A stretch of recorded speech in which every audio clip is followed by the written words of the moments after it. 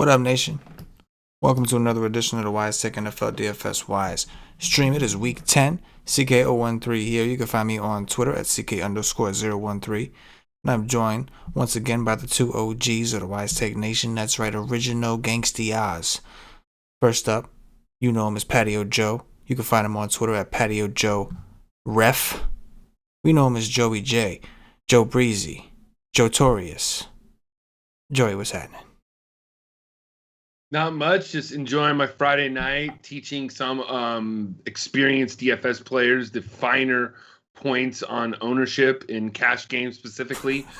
We had some Twitter people that were wondering why they would play a player at his ownership, and I had to educate some of the more experienced. I was actually kind of surprised that I would have to educate somebody as experienced as great as, you know, the number one DFS player in the world, but apparently some people don't get the ownership thing that well. But you know what? We're gonna get into it.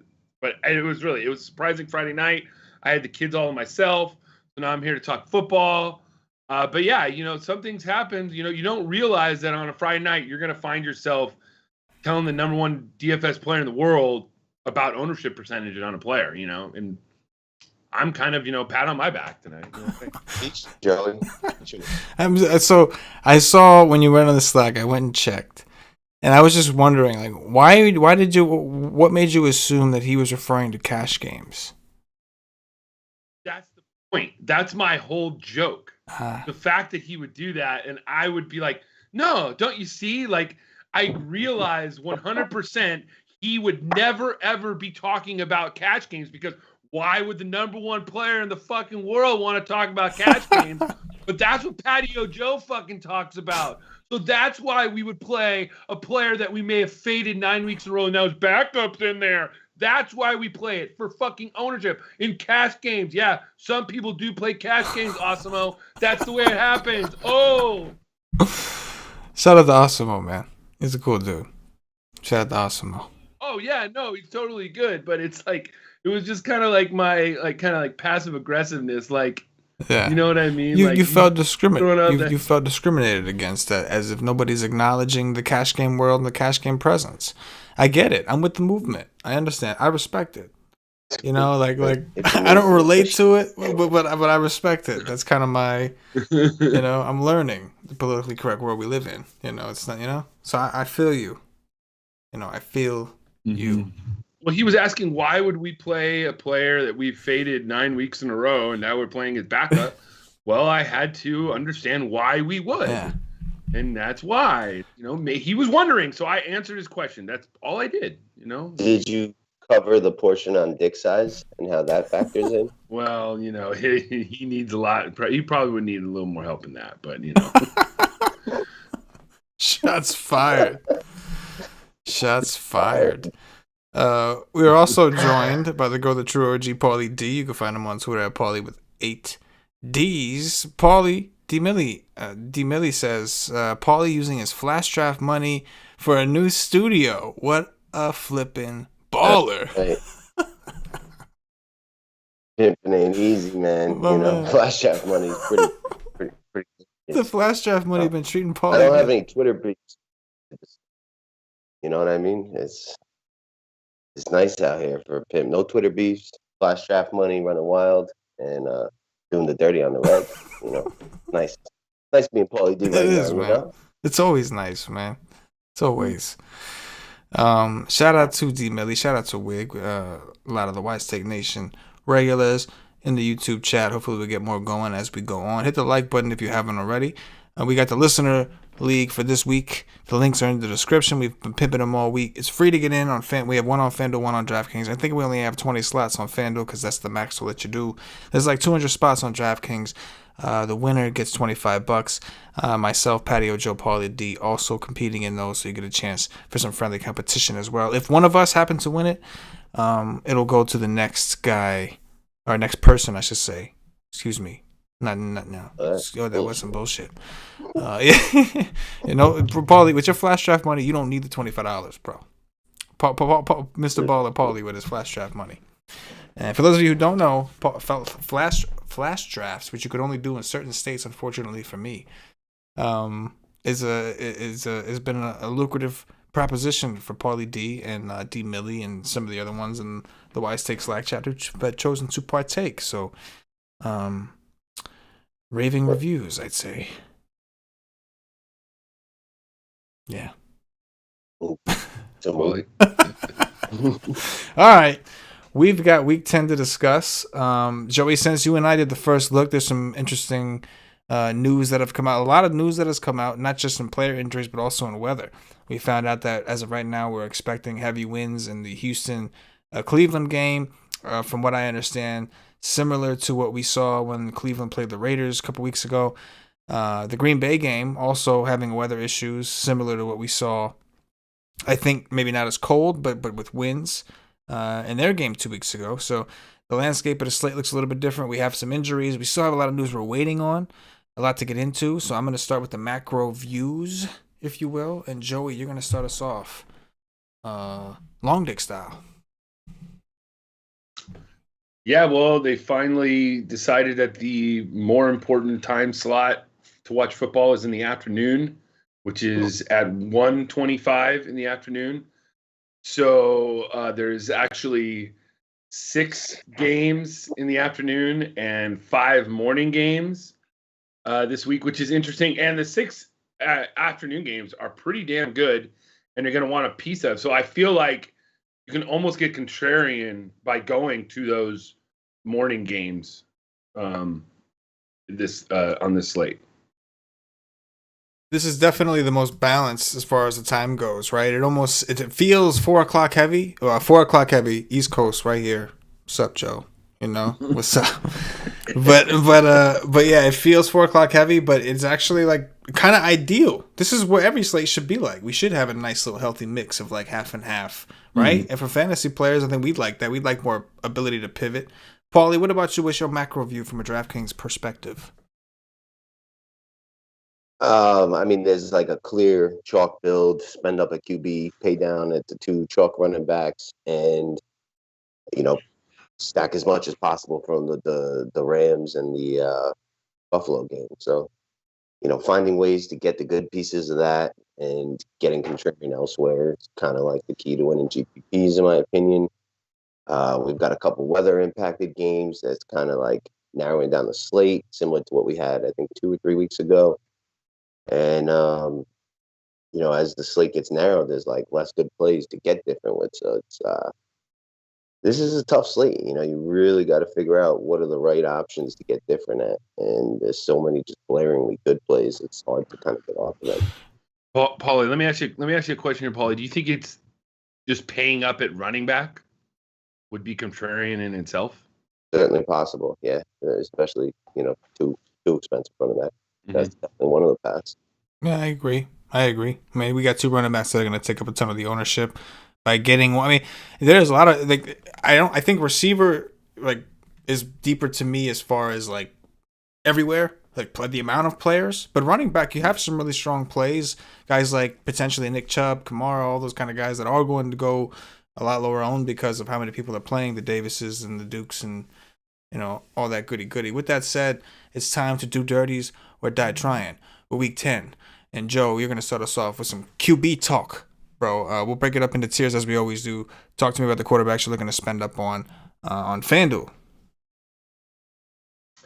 Yeah, for cash games this week on FanDuel, it's pretty much pay up for one of maybe 4 guys or go in the mid-tier for one guy that's going to stand out. We'll talk about when we get to the mid-tier. But to me, you're either paying up for Russell Wilson, Kyler Murray, Josh Allen, Rodgers, or Watson. I mean, it's the top 5, but you can all make a case for having them in your cash game lineups. My preference would be Kyler Murray. He is second highest priced, but he is probably has the best floor ceiling combo of anybody because he provides that rushing floor that we just absolutely love, and he's also throwing at a pace with the big boys. So To me, it's Kyler Murray. Russell Wilson is great. Josh Allen is awesome too. Aaron Rodgers, with the win and stuff, I think we need to just kind of like maybe pick reasons to fade them if we're going to go a certain way in cash. So with the weather being it is in Green Bay and in Cleveland, I think we're going to fade Rodgers and Watson in cash. Mostly on Watson because I don't like stacking cash. It's a running back. One of the running backs is going to be a cash game core most likely. So we wouldn't want to do that. So to me, it's Kyler Murray, 8,800 on FanDuel. That is my number one cash game play on the slate. Boom. Killer Kai, as I like to call him. Paulie, DraftKings, JPP. Who are you looking at up top? Yeah, I mean, not much different. Kyler, Russ, and Josh Allen. My three favorites, I just chopped off A-Rod and Watson because of the weather. And, just going to play those three expensive dudes, like above 6'6", I guess, so them three. I agree with everything, Joe said about Kyler Murray. He's been the most consistent, and, I don't think game flow matters as much for him. If they're winning, he's probably doing well, and if they do fall behind, he's, the volume's going to be great. Russ and Josh, I think we need game flow to kind of go our way for them to really be the best plays. But they're all in the conversation for sure. Kyler Murray, this year has been fantasy wise, he's been like a combination of Lamar and Mahomes from last year, right? He's giving you a lot of those rushing upside, those rushing touchdowns Lamar was giving you, and he's getting the necessary pass volume to both. So I agree with you. I think if you're spending up, if you've got one team, and you're going to spend up, I think there's other quarterbacks I like, but if you're going to spend up, I think it's clearly Kyler Murray that I feel the most comfortable taking a chance on with the ceiling and floor, all that good shit. What about the mid-tier, Joey McJoe? The mid-tier, the one guy who's going to stand out in cash games is Jared Goff at 7,400, coming off of a bye at home against the worst secondary in the league. It's not really much to think about. We saw what Josh Allen did against them. They passed, and they kept passing. And I think that's what the Rams are going to try and do on Sunday. They know they're going to come in against a mad Seattle team. It's Jared Goff at 7,400. If you're going to pivot in, I think you either go to Kyler or Jared Goff in cash. It's not really much any more of a choice to me. There's some good GPP pivots, in my opinion. Two guys, the old man, Tom Brady. We got the angry Tom Brady narrative. If you want to go with that, I can deal with that. But the guy that I'm looking towards is Drew Brees at home against the Niners. I think he's going to be very low owned. And my thing is that just a year ago, they put up 50-something points against – they had a classic against these Niners with a better defense. This defense is coming in hobbling now. So Breeze, is just pretty much he looked great last week. It was a Sunday night game. So I don't know how much the public's really going to go on it, but this team looked like they were in tip-top shape, one of the best in the NFC. So I just think that Drew Brees makes a decent play that nobody's going to really go to, and I think they're going to put up points. And that's where I'll stop in the mid-tier, and we can go to the value later on. I like it, Joe. Definitely don't expect Brees to get a lot of traction at all. Paulie D, mid-tier me.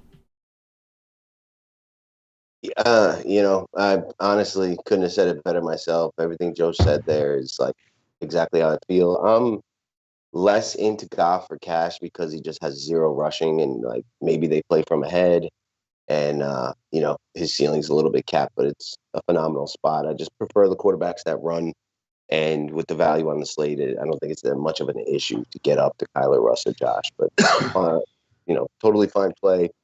Just I would be more inclined to use them in tournaments. And then I think Justin Herbert is a tournament option. The guy's been super consistent, gives you some rushing, low owned, bad defense, decent defense, but they're fantasy friendly. And their run game's just not very good right now. So I like that option. I love what you said about Brady and Brees. They're two of my favorite contrarian quarterbacks on the slate. I think that Saints game is extremely sneaky. I want to get a lot of pieces of it and get over the field on it in case, it outscores the other two. So those are the guys in the mid-tier that I'm interested in. Nice In, job. in the Drew Brees, are we leaning more towards, now obviously if you have multiple teams like you should, you could play both, but are we leaning towards onslaught status with the Saints in a blowout, or are we leaning towards a competitive game script? You can make the argument for both. They're coming off a game and they just dominated the Bucks, but we saw Mahomes dominate. We saw the Chiefs dominate against Denver one week, right? And the next week they played the Jets and they dominated in a different way, a fantasy friendly way. Do we see that this week with the Saints, or is it more that the 49ers are just more competitive? I mean, I think that you could get a contrarian play because people are going to want to play the Saints defense too. I think the Saints defense are going to be really popular. So if you think the Niners, like, they put up, like, they obviously Shanahan probably knows how to beat this defense. So it's a matter of Mullins, and they're going to get Brandon Ayuk back. If you think that they could play with them, then it's really going to be an edge, because I really think the Saints defense is going to get some traction. And so to me, I like it as a very, very lone game. Yeah, I prefer it as a stack, but I think both options are viable. Yep, fair enough. Fair enough. I do really like the Brady call as well. Just looking at, I know that game was atrocious against the Saints that they played, but hard to envision Brady having a second bad game in a row, especially given the weaponry that he has. I mean, Joe, we talked about it on the first look, and like, there's like options, you don't know where to go, but like you kind of feel like at those prices you want to get ahead and get on them early if you can. I do agree those two coming in very low owned. And of course, love Jared Goff this week, because attacking Seattle is just something I'm going to do every single week. Holla at your boy when you see him in the what, Paulie? It's great. All day. All day. What about Punt Town, Value Town, as we like to call it, Joe? Yeah, Value Town, you could make arguments, or you could probably pick out a few, but there's three I think that kind of stick out to me. One is Drew Lock. He's coming off of basically 5 good quarters. Played really well last week in Atlanta, coming off against the Chargers. He's 7,100. His price hasn't gone up. He's facing the Raiders. You could pass on the Raiders, so I don't mind that. I don't mind the guy on the other end of this, the other side of the game. We know that these Denver Bronco corners are still injured. I haven't heard anything about Abuye being back, and even if it is, I think this game could go a little bit of a shootout, and I don't mind it if you're going to pay down there. But I guess if we're going to be looking at anybody, I think we might have to be looking at Tua, just because they're playing a team that's been giving up like 30 points a game in the last 5 games. So if you think that this game's going to go over 60, like the last 5 or 6 Charger games has, Dolphins are going to have to score somewhere, and it's kind of tough to find who's going to be the main beneficiary of that besides Tua. So I think that, last week he was around the same price. He put up 21 FanDuel points. If he does that again at his price, it'll allow you to pay up other places. I don't mind it, but that's pretty much where I'd go. Yeah, no, I agree with a lot of that. Paulie, what about you? Value Town. So, this is the other way to get contrarian, pay down quarterback, and, have one more expensive running back receiver than the rest of the field. And, we've seen some cheap quarterbacks go for 30 DraftKings points, pretty much 1 or 2 every week. I'm not so much on the Raiders-Denver game. I think the Raiders run too much to, the game to likely, go off. But Carson Wentz and Daniel Jones, like that game, the total's been rising. Wentz went for 31 against the Giants 2 weeks ago, and now he's got more weapons. There's a healthy team. And Daniel Jones, he's got the rushing for so cheap. And the Giants' offense is good. The Eagles, secondary is always vulnerable. Danny Jones rushed for almost 100 yards on this defense 2 weeks ago. They're just so cheap with guys that we've seen go for 30, at times. I think they're interesting to get different. And then I do like Nick Mullins. In 1 quarter, he went for 17 DraftKings points against Seattle. They kind of gave up early in the last game as well. He's actually done pretty well. He seems to be able to throw the ball. New Orleans, outside of last week, have been getting beat by the pass all season. They're really like a pass funnel defense. So I think he's interesting. Like this week's kind of Drew Lock if you want to get hyper contrarian, jam in a bunch of studs into your lineup. But for the most part, I think you spend up because it's hard to envision the top guys not being the highest raw scoring players on the slate. Yeah, I agree. I think with that said, I like the Tua call, Joe, against the Chargers. DVP pace, everything kind of like lines up well for Tua. If I was going to pay down, I do think I'm most likely to spend up. I think Goff might be the cheapest, or Brady. I forget which one's cheaper. Is probably the cheapest I go. But the other one I'll throw out there is Thorough Joe. They're playing Pittsburgh. We have weather to monitor. It could be rain in the forecast. But Thorough Joe Burrow continues to light shit up. Pittsburgh's defense has been suspect, I think. They give it up. We've seen a few quarterbacks do it to them. Dallas Cowboys almost beat them last week with a third string quarter or a fourth string quarter. I don't know. I don't know how far deep they are, but they almost got the job done. So I'll throw that out there. But definitely guys to consider. I like spending up. We'll go to running back, Joe. Talk to me about the spend up running backs, if any. Yeah, in cash games, I really think there's only one spend up running back that you're going to look at, and that's Aaron Jones. I mean, as far as we know, he's healthy. So, because he had 10 days rest, and he had 20 touches last game. So we're going to feel like he's, Jaguars are bad, weather's bad, the run against them, good game script. It's the only guy up top that I'm willing to pay for in cash games. The other two, Kamara, you can, but it's just in a more of a more difficult matchup against a better defense, at least run wise. And there's just a better piece I like in that game, anyways, that I would want to go to. And then I guess Nick Chubb is just a GPP play for me, but he's in a great matchup. And if you're doing multiple lineups, I maybe would have maybe 5% Chubb or something, because there's with the wind being the way it is and Houston run defense being the way it is, I could see Chubb taking over this game if he's truly as healthy as he wasn't wearing a brace in practice. So, but to me, it's Aaron Jones, 8,800 on FanDuel. I think he's a little bit more. I think he's a better price on DK if I'm not mistaken. But yeah, so I don't mind him, Aaron Jones. But that's it. Holla. Paulie.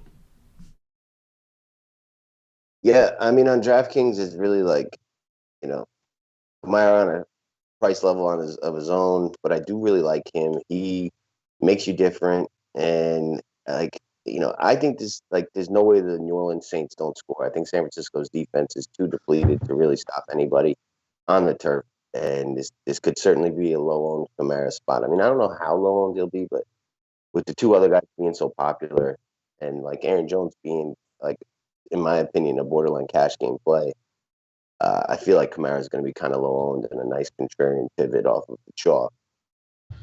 And I really like that game. So he's interesting. I'm cool with Aaron Jones too. And same thing for James Conner with like the weather. Cincinnati, they're not great against the run. They're like kind of middle of the pack. I think Ben's going to play, but if he was out, I'd become a lot more interested in Conner. But I just see Conner kind of having a good game here. Another one at low ownership. I really like what you said about Chubb. I am actually pretty high on Chubb and Kareem Hunt. For DraftKings, both for FanDuel, more so Nick Chubb, but it's one of the best running spots, in the NFL right now. The weather's going to force them to want to run a ton. And, Nick Chubb is one of the most dynamic running backs in the game. The only main concern is, like, what's his volume going to be first game back? But I kind of like jumping on studs in their first game back because you get them much lower owned than they would normally be. So I like both those backs in that game, Hunt and Chubb. More so Chubb, but I think Hunt, could be equally a good spot, getting like a lot more dump offs with the condition. And then James Robinson is fine in a really good running spot as well. But, when Chris Thompson's there, his pass game works goes way down. He's a little priced up for me at this point. So, I like them all, but Kamara is the guy that I'm most interested in, probably Jones and Chubb next. Yeah, I agree with a lot of that. I mean, I think Kamara, even though you got Thomas and all these guys coming back, we still know what Kamara is to that team.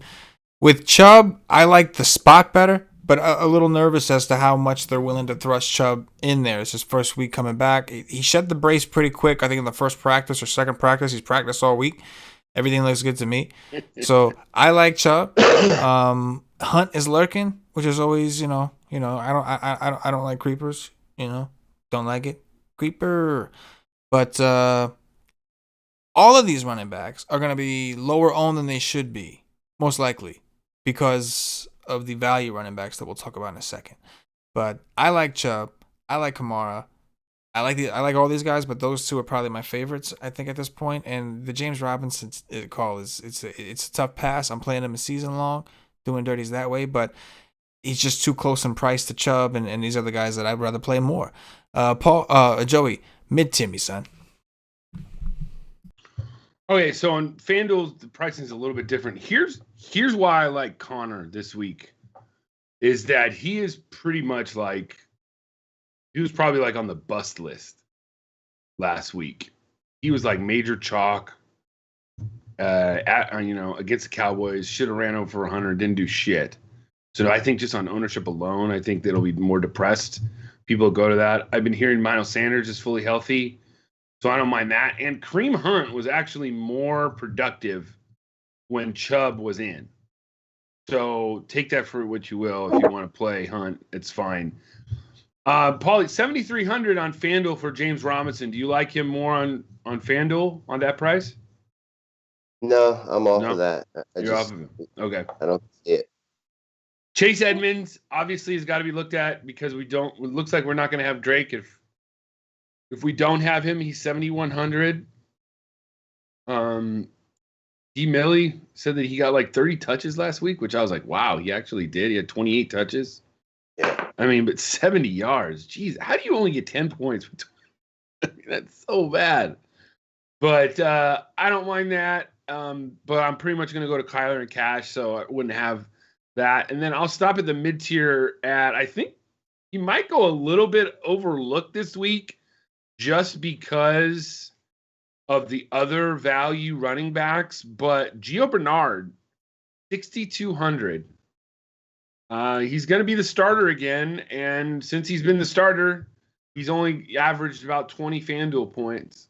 I know he's in a tough matchup, but if you're under the belief that Cincinnati's going to be behind, then he's going to be doing a lot of dump-off passes and stuff like that. I don't know. I don't mind Gio at 6,200 also. Holla. Paulie? There's not much in this mid-tier, going down to, say, 6K. If Drake is out, I do really like Chase Edmonds. That's all I really got.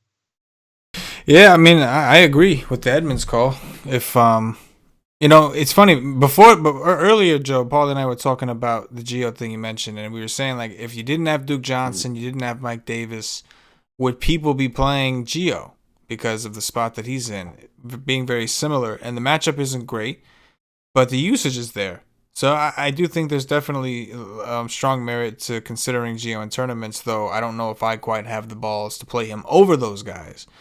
There's certainly merit in looking at your options that way with mixing big out. Okay, let me ask you this question though, CK. What if Gio was the same price as Mike Davis? Because to me, Mike Davis is in just as tough a matchup against Tampa. So it's like, I feel like just because Gio's a little bit higher priced is why people will go to Davis. Yeah, no, yeah. Paulie, I agree. Go ahead, Paulie. Yeah. The 1,400 makes a big difference. And, like, if Mike Davis was 5'4", he wouldn't be popular either. So, it's the money makes a difference. Money talks. I'm with it. And the Edmonds call, I do like that. I know he sucked last week fantasy wise, but he got 28 touches. And Buffalo has actually been, somewhat of a run funnel. They have struggled on the ground, giving up the 10th most fantasy points to opposing running backs. Holla, in a very high scoring game. Value Town, Joe. Well, I mean, the Value Town, we've talked about it. Brought up Mike Davis's name.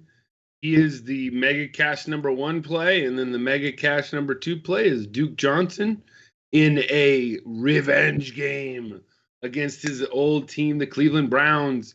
If I had to pick what I prefer, if you only played one, but I think I'm going to play both, is I'd probably pick Duke just because he offers a little bit more catching wise, and it's going to be, I just think the weather is going to short passing game and stuff like that.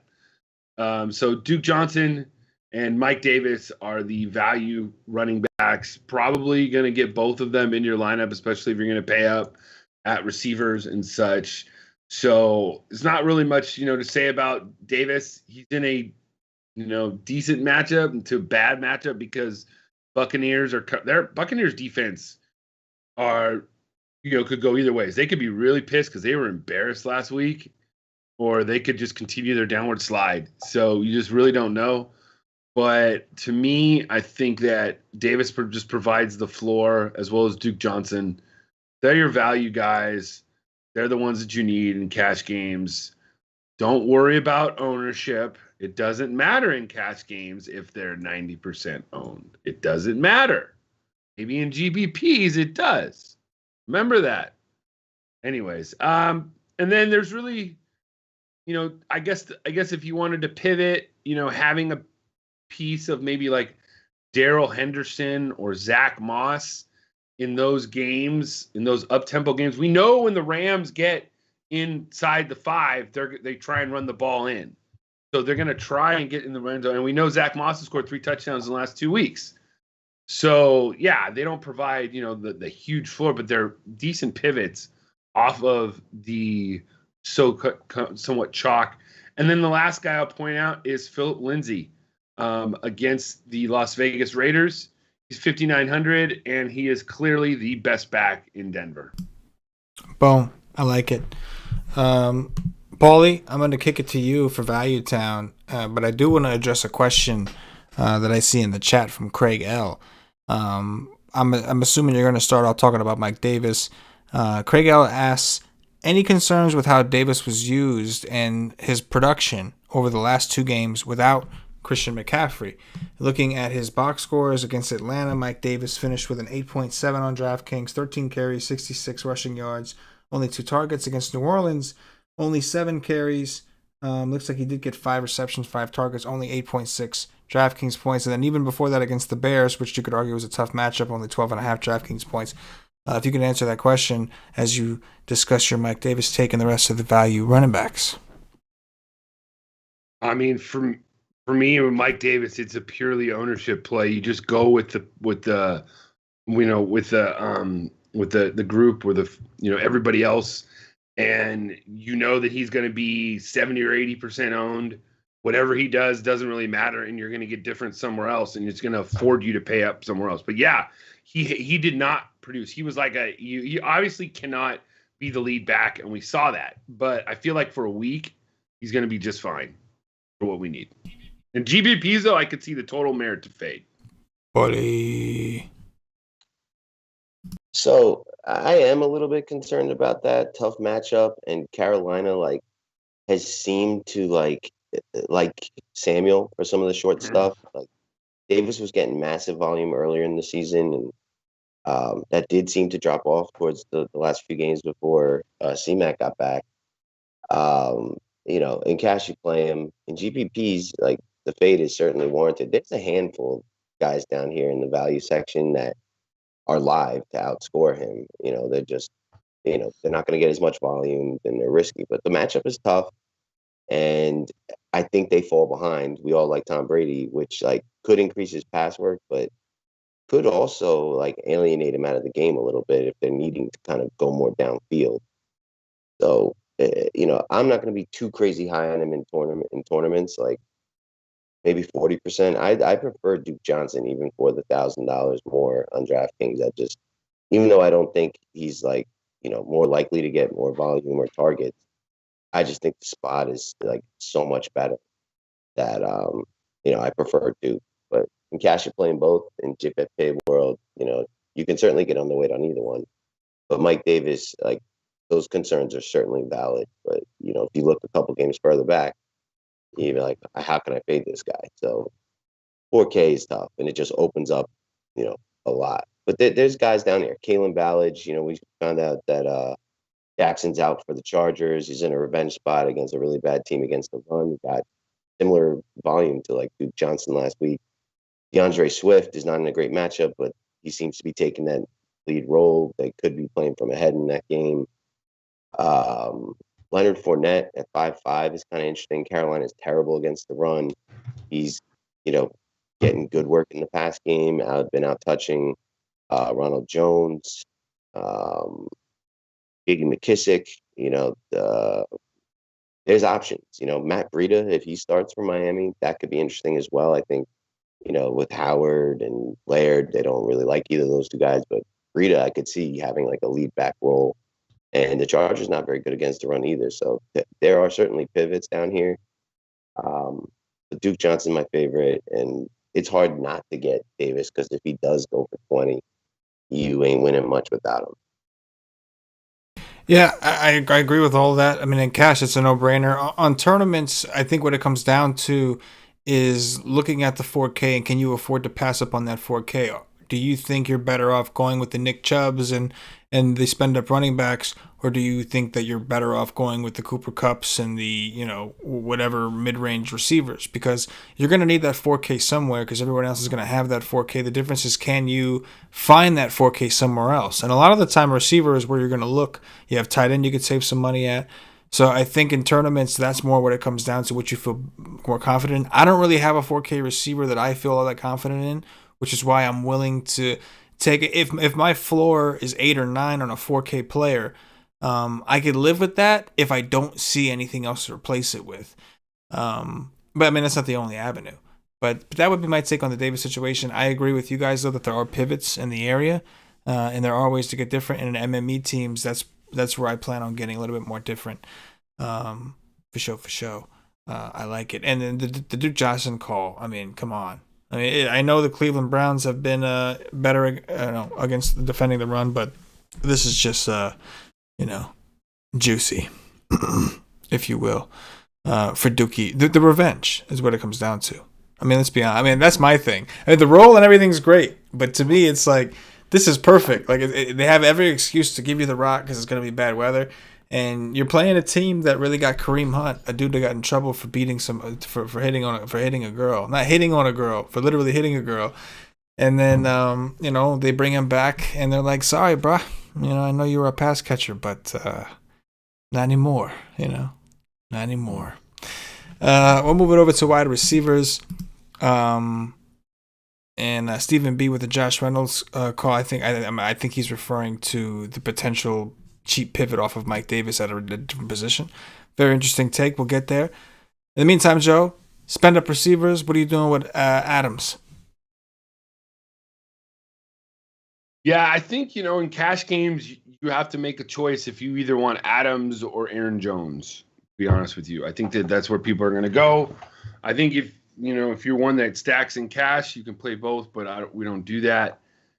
You can make an argument for every receiver above 8K on FanDuel. The one that I like the most, that might be the lowest owned, is Michael Thomas. He's coming off a game where he didn't really do much, but he is facing probably the worst cornerback on the slate in Emmanuel Mosley. We saw what the man DK Metcalf did a couple weeks ago against him.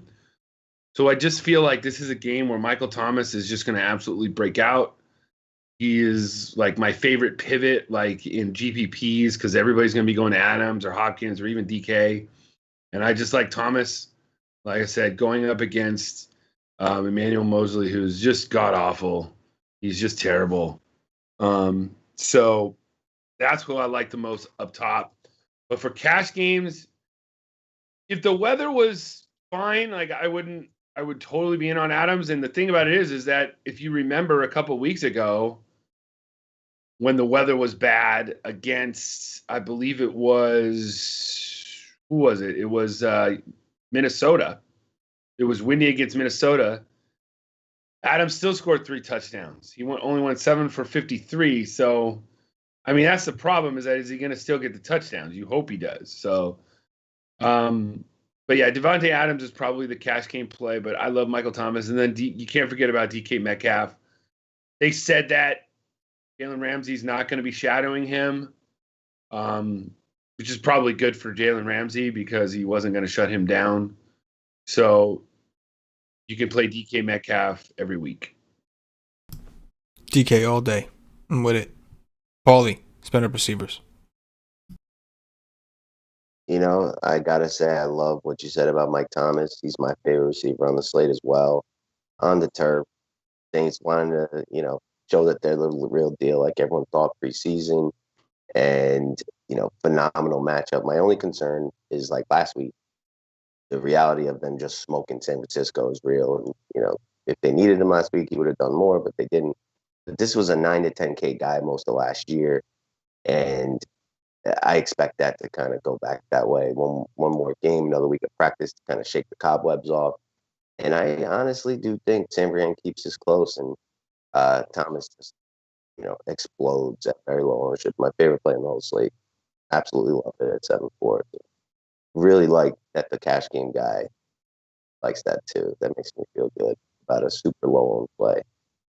Adams just too expensive for me. Even if he goes for 30, I think I got plenty of receivers for significantly cheaper that can go for the same, better, close enough. And, that weather is going to be rough. And like you said, if he doesn't get the 3 touchdowns, at 9K, it's just, he ain't going to do it for you. So I'm really way off of Adams. Hopkins, interesting for low ownership. Play DK every week. Really like Stephon Diggs. Cool with Keenan Allen. I'll cut it there. But, receivers, as usual, one of the deepest positions. Really like Mike Thomas. Really like Stephon Diggs out of that group. And we'll certainly have plenty of DK Metcalf as well because I'm going to have a ton of that game. Yeah, a lot of these coincide with the quarterbacks I like anyway. Like Hopkins with Murray stacks. Metcalf, I like him and Lockett both. So I was telling you that the triple stack I think this week is on for Metcalf and Lockett because I could see a scenario where Ramsey does end up covering half and half. And not that I think that either one of them couldn't beat Ramsey necessarily over the course of a game, but we know that Russell Wilson is going to pick on the better matchup. That's smart football, and that's what Seattle likes to do. And then Michael Thomas, I'm with it. We just talked about how comparing this to the Mahomes situation, right? I'm not comparing Mahomes to Breeze at this point in their careers, but you could see a scenario where this time they blow it out, and guys do hit their fantasy expectation. Like it is a really good fantasy game, and they do show out a little bit at home. So I do like the takes. Should be very contrarian. Joe, take me to the mid tier.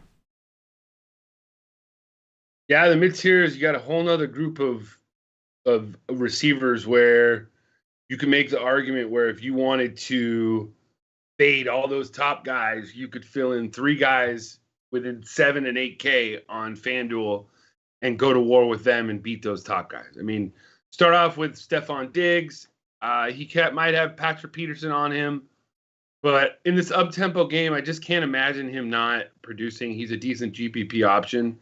Keenan Allen, me and Paulie had a little disagreement on this, but if there's one place that you can get this Miami secondary, this Miami defense, it's in the slot. Nick Needham is not good at all.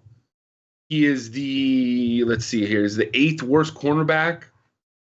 And so he's just having a good matchup. He has a great matchup. So, and then moving down, Cooper Kupp.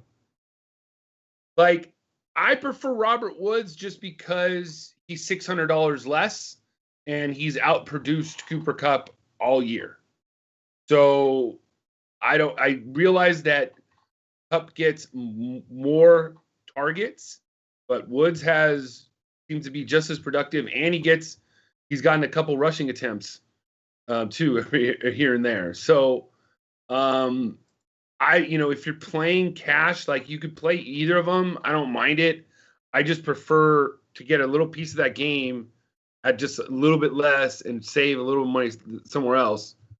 Tyler Lockett, it's once every 3 weeks. Tyler Lockett has this big game. You can always play Will Fuller. I just think the win's going to be bad. And then I think like almost the guy, again, he's going to just go totally nobody's going to talk about him again. He's almost like, I feel like you can have a team with Michael Thomas and then your number 2 receiver, Terry McLaurin, against Detroit. He's he's going to go totally under the radar again and get 10 targets, over 100 yards and a touchdown, and totally destroy value like he always does. He's a star. That's where I'll stop, and we'll just go to 6K. Like, there's just so many. We can go every 1,000 and just stop. But yeah, McLaurin is a great play too. Yeah, and what you're saying, Joe, is exactly like why I felt more comfortable going heavier on Davis as of now, is because I think the receiver position is just too fucking deep. I'd rather pay down at running back and pay up here, but that sounds like it's going to be the chalky approach. Paulie, mid tier. I completely agree with Joey, man. We just like seeing the slate exactly the same. Cooper Kupp and Robert Woods, both of them together, stacked with Kupp. Like them both equally the same. Like, I think Cooper's got the higher ceiling, but Woods is going to be lower owned, and equal chance of being the high scorer. Tyler Lockett could certainly go nuclear in this spot. Absolutely love Terry McLaurin. I think him, Devontae Adams, and Keenan Allen have just been so reliable and high volume. And I'm not concerned about the Detroit pass defense, and he's on turf.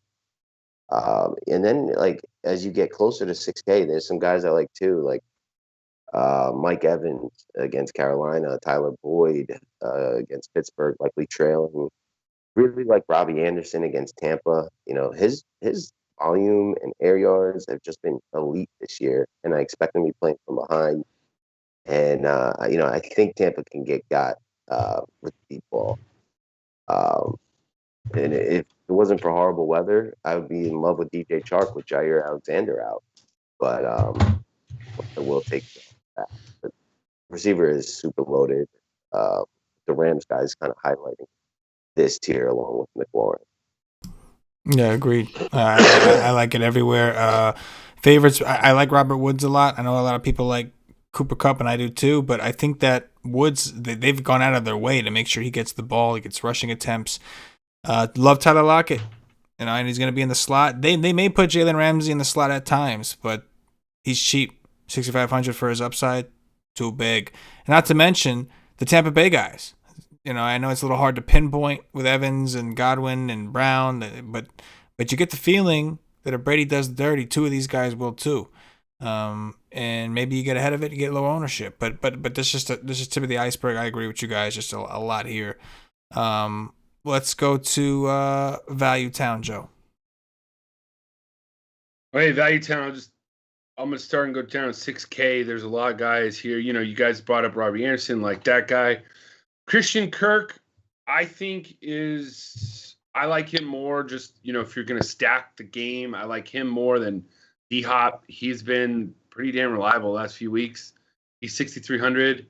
Marvin Jones at 6,200. Even it's a bad matchup, but there's really nobody else. T.J. Hawkinson has turf toe. He could go out at any time. The Pittsburgh receivers, my preference in the Pittsburgh receivers is Deontay Johnson is number 1 just because he is 5,700. And when he has been healthy, he's gotten double-digit targets in every one of his games that he's stayed healthy. And so as long as he stays healthy, he's going to get over 10 targets. And I feel like he's the number 1 receiver in Pittsburgh. Obviously, it's like 1A, 1B.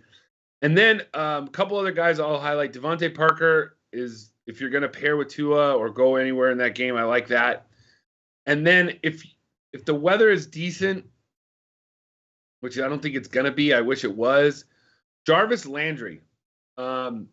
He is, with Beckham out and stuff, he's going to be facing a safety, Eric Murray, who was with the Browns practice team last year. And he's a safety. So Landry faced Murray all the time last year in practice. So if the weather was better, I would really, really like Landry at 6K. And he's been throwing like 2 or 3 times a game. Yeah. So it just kind of sucks, But there's so many other. I think if you wanted to go back to Jerry Jeudy, you could. I think you might be point chasing a little bit because they got a safety cover. Raiders cover safety that kind of hits hard and stuff like that. But I don't mind going there. I think that if you're going to go with a San Francisco game, a guy like Richie James might be a little bit of an under the value play. They said that his role is going to expand, that he's earned more playing time. Now, I don't know, Shanahan, I don't know if you could take what Shanahan says. You take it at face value. Danny Amendola is probably more of a DK play, but with the problems that Hawkinson have and not that many receivers, I don't mind him. And then that's about it. I'll stop there. There's just, one other one, Josh Reynolds. Josh Reynolds at 5K to get a part of that game. Like if you want to fade Kupp or Woods, go with Josh Reynolds. We saw last week Gabriel Davis catch a touchdown pass and Isaiah McKenzie catch a touchdown pass. So they're going to use all these other guys to beat this terrible secondary. So the way to get different, you don't have to have just Kupp or Woods. You can have maybe Woods or Reynolds or Kupp and Reynolds with Goff or, Russell with Lockett, and then those guys. I like Reynolds a lot. At 5K, he's a great value. Agreed. Paulie, value town receivers. Yeah, I mean, I like almost all those guys you listed. I really like Devontae Parker. Really like Brandon Ayuk. Certainly think you can go back to Jerry Jeudy. You need a lot of value. KJ Hamler got 10 targets last week, and I think he's, kind of taking, a clear role in that pass game. Chance that they're trailing. Christian Kirk's been awesome. You got the revenge angle with John Brown against Arizona, and, he should get a ton of targets, especially if Patrick Peterson's able to, slow down, neutralize Diggs. Mike Williams' volume's been pretty elite. We saw, both Woods and Kupp have huge games against Miami. I really, I think they're playing much better and they're a legit team, but I don't think they can stop elite players. And Mike Williams gets just good volume in high upside type plays, goal line passes, deep bombs. Really like the relationship that they're kind of forming. AJ Green's really cheap, getting huge volume. They're probably going to be trailing. Josh Reynolds is certainly, he leads that team in air yards in the last few weeks. There's a lot. There really is. But those are some that I really like. I also think Darius Slayton is a guy people are sleeping on. He's had a couple tough matchups lately, and this one could be tough as well. But, the Eagles can be beat in their secondary. And, maybe they don't, put Slay on Slayton this time. We'll see. But, he's certainly still got that 2-touchdown, 100-plus yard receiving upside. And you can always pick on Philadelphia's secondary.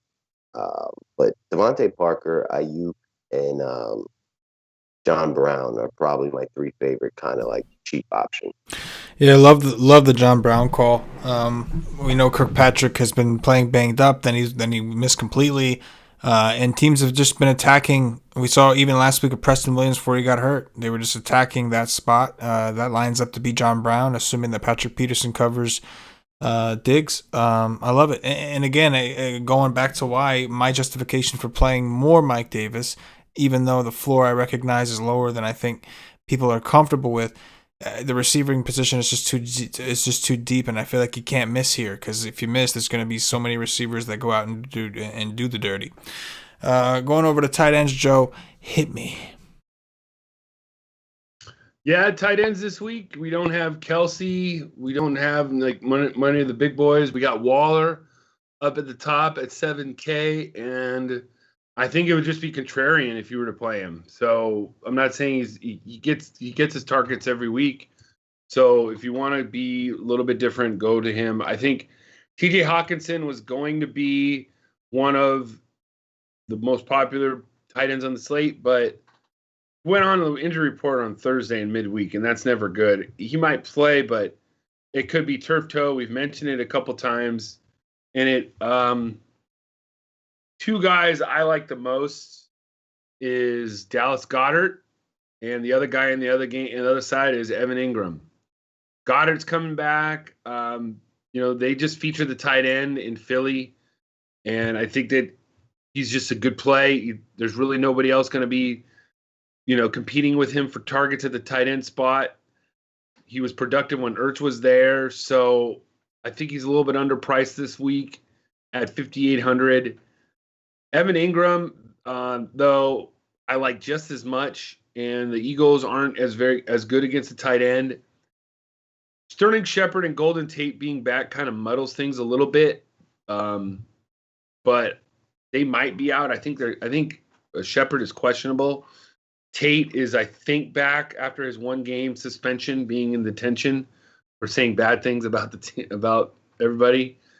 I don't mind Grant and I don't mind Fant, but what I say on the first look, there's just so many tight ends that they're like 5 for 50, and if they fall in the end zone, they're going to make value.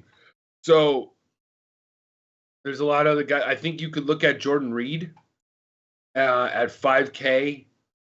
In that game, we've seen where New Orleans at times cannot cover the tight end. And that's about it for tight end. I think pretty much most of the ownership is going to go to Goddard or Ingram. Yeah, this was definitely a position that I feel like is like the margins of separation are so thin. Paulie, what are you doing? Or what are you looking at for tight end? Darren Waller's the one kind of spend up in a phenomenal spot that I do like, but when you play him, you're kind of sacrificing a stud at another position, and I don't know if he separates himself from this 5K, 4 to 5K tier that has literally like 10 guys that are viable. Like Joey said, it's like they can go 5 for 60, but if they get 1 or 2 touchdowns, they kind of break the slate. There's nothing that you could really rely on to tell you which one's more likely. But Noah Fant, especially with his backup out. Like Mike Gesicki with Preston Williams out, I expect Miami to really like Tua. I think he could have like a spike game in targets. The team who I don't really respect in the secondary. Goddard's fine. I think Hunter Henry, was pretty close to having a 2-touchdown game last week, and a guy they do like to target in the end red zone, and in a really good matchup. I think the San Fran tight ends are viable. I think Gerald Everett's viable. Jake Hollister had 7 targets, and he's very cheap, and he's like a contrarian way to get a piece of Russ in Seattle. Gronkowski, Hawkins, like Eric Ebron, they're all kind of just like the same plays to me. So it'll mostly be like, a cheap third piece of a stack, or just like getting kind of 10% of all 10, 12 guys I like, hoping that, that I have the right guy in the right kind of lineup that way. Fair enough. Agreed. We'll touch on defenses, and then we will get into the ending segments. Joe, what defenses are you looking at? The defenses I'm looking at is like, it's weird. Like, we talked about the Saints defense, I think, in the beginning of the week. That's the one that sticks out. So I don't mind that. Obviously, you could pay up for like the Steelers or the Packers, but with Alexander being out, that kind of muddles things. I ain't playing the Dolphins. I think the Chargers are going to score some points. The Eagles, I think, are viable too, because we know Danny Dimes can always, turn the ball over. I think like on some sides, there's some defenses that are more like susceptible, like the Rams defense. I heard is like 2,200 on DK. Like, to me, like, I know that it's like a huge game, but we also could see like Russ taking a lot of sacks, and he turned the ball over like 3 or 4 times last week. So, I mean, what do you need? Like 6 points out of him or 8 points? I mean, the Rams might be able to do that. Just like Carolina defense is 3,000 on FanDuel. And if you wanted to really pay all the way down for Carolina, and you think that maybe Brady's shot and this offense isn't going to get it together, you know what I mean? So at 3K, paying all the way down, I don't think is a bad option. I've heard some things about Las Vegas against Denver. I think, though, the defense that I might just probably click in with the most money I have left is just Washington. They seem to be just like kind of like the safest. They kind of just get 5, 6. They could get some points here and there, but they get a lot of pressures and sacks and stuff. And I just feel like, Detroit's not going to put up all that too many points, especially with Galladay being out and such. So defense is kind of weird this week. Paulie? Yeah, nothing like stands out massively to me. Cool with the Giants, cool with the Eagles.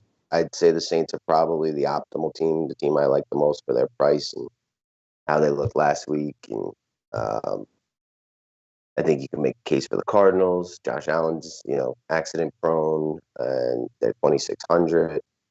I think, I'm cool with the Washington football team. I think you could play the Browns in that crappy weather game against Houston. I think you play Houston in that crappy weather game against the Browns. The Chargers against, rookie quarterback, that's viable. No one really jumps out to me. I guess the Saints would be my favorite, but I don't even love that too. I can make plenty of cases for the Sanford off. Similar to tight end, I'm just kind of getting 10% of my top 10 defenses at this point. Yeah, no, I agree. Just hoping that the defenses don't put me in that position where I had to have it to win the money.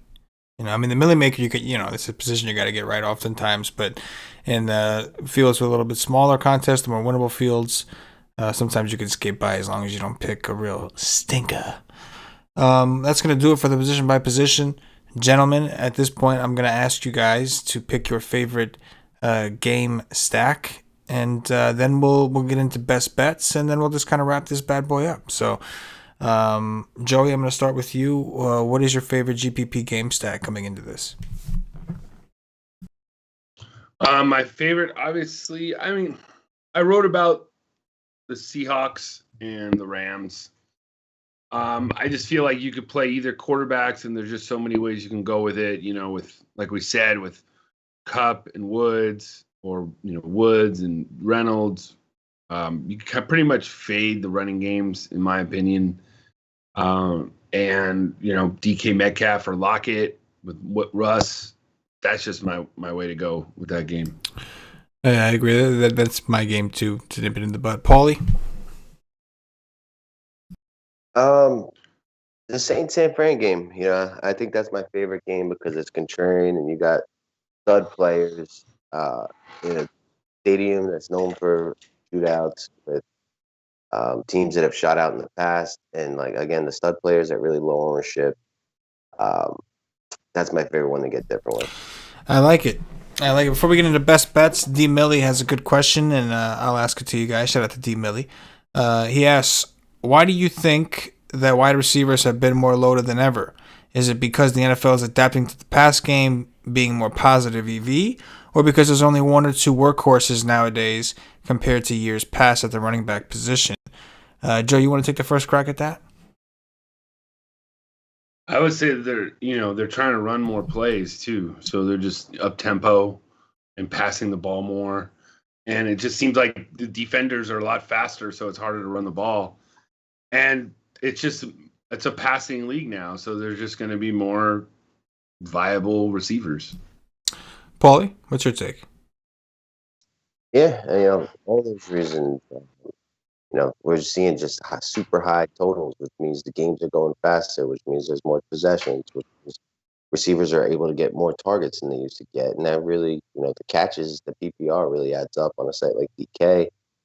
The 100-yard bonus is achievable on, 2 plays for certain guys. It's just a lot of pass, and our offenses are certainly throwing the ball more. It's just higher speed, like you said. All those things combined is what making the receivers higher scoring at this point. Yeah, I think I think Millie, like they said, is a combination of those things. The league is geared more towards pass-heavy game scripts. They've got all these penalties protecting these receivers, pass interference, and all this stuff. And on top of that, it is a combination of running backs not being as sturdy or not appearing to be as sturdy as they once were. And if you're not a pass-catching running back, the path is really tough, for, other than for a few guys like Derrick Henry. But even Derrick Henry this year, we've seen them use Foreman more. So it does kind of seem like when you have a good running back, you don't know how long he's going to last, and teams are wanting them to last as long as possible before they find out they have a degenerative knee, like Todd Gurley, or before they break a wrist and then are just not the same when they come back, like David Johnson. So I think it's a combination of everything. Jose Diaz, would like your opinion on Gallman against the Eagles. You know that Freeman is out. Not for Yeah, you know what I've noticed the last 2 weeks is that they've been involving what's his name, Alfred Morris. He's back from the dead, getting his. He just won't leave the NFC East, bro. He's all about it. He's been everywhere. Garrett brought him back. Here's a good question from XXZ3LXX. What do y'all think about playing Duke Johnson and Chubb? I think it's a good question because a lot of times people have that mindset of they don't like taking running backs from the same game. What do you guys think? I don't mind it at all. I'm not opposed to that at all. I think that if they're gonna the value is gonna be there, they're gonna make value, and if either I don't mind it. Paulie? Yeah, absolutely. Especially with the weather and the likelihood of both teams running the ball a ton. But there's others. Mike Davis, Fournette, you could play together. I'm not a strict believer in that. Certainly like two running backs that are like bell cows and like, the pace would slow down, you would imagine, but it's certainly not a rule you have to live by. And, especially the Duke and Chubb one or Duke and Hunt, I think it could certainly work out this week. Yeah, no, I agree. The last time there was a windy game like this when the Raiders played Cleveland, both teams tried to run the ball. They both tried. All right, we're going to get into our best bet. Shout out to my boy Anthony Valencia. Says Eifert will do the dirty this week. For your sake, hopefully, my boy. With that said, bets of the week. Joe, what's your bet of the week? My bet of the week is I didn't really even look at it. You know me, I'm not a betting guy, but I think that the Cardinals are going to beat the Bills. So that's what I think. Paulie? Pretty much it. I will take the 49ers, the Ravens on Sunday night in an absolute destruction, and the Giants. Ooh, I like it. Drop 3 on me. I like that. I'm going to go with the Rams over the Seahawks coming off their bye, doing their ties. And I'm going to go with the Tampa Bay Bucks in a bounce-back spot on the road in a bounce-back spot. I'll let you boy. That's going to do it, Nation. We have one other question that we'll answer out of the kindness of our hearts from Nick. He says, do you guys think trading Josh Jacobs and Tyler Lockett for Todd Gurley and DK Metcalf in a half-a-point PPR league is a good trade? Season-long twist. Yes. You heard it from the GOATs, the OGs of the Wise Take Nation. With that said, guys, please hit the like button. There's about 40-something people watching and only 16 likes. We need that ratio to be up. That helps us out. It does serve a purpose. You're helping the nation, allowing us to continue to do a lot of free content here on YouTube and Twitch. So please hit the like button, subscribe to the channels. For those of you subscribe to wisesick.com, the projections are already up. They'll be edited throughout the weekend. Patio Joe's cash game article will be up sometime Saturday. My article should be up sometime Saturday night. Paulie should be up sometime Saturday night. So we should be good to rock. If you're a member of the Wise Take Nation, you'll have our final takes there. My Core Plays article. Paulie writes the GPP breakdown. Patio Joe on the cash games. And, if you're not a member of the nation, maybe it's time you come check us out. Cheat sheets, projections. We got what you need to succeed. Not to mention our best feature is a Slack chat, which is available for monthly members or higher. Come chop up the slate with us, do dirties. All that good shit. Chop it up. All day. Anything in closing for you, Joe? Not much, guys. Just enjoy week 10. It's already, we don't have that many weeks left. We're halfway through. Over halfway through. Paulie? Drop 7 2 30s. Let's fucking go. Love it. For Patio Joe, for Paulie D, myself, the entire Wise Take Nation, as always, good luck.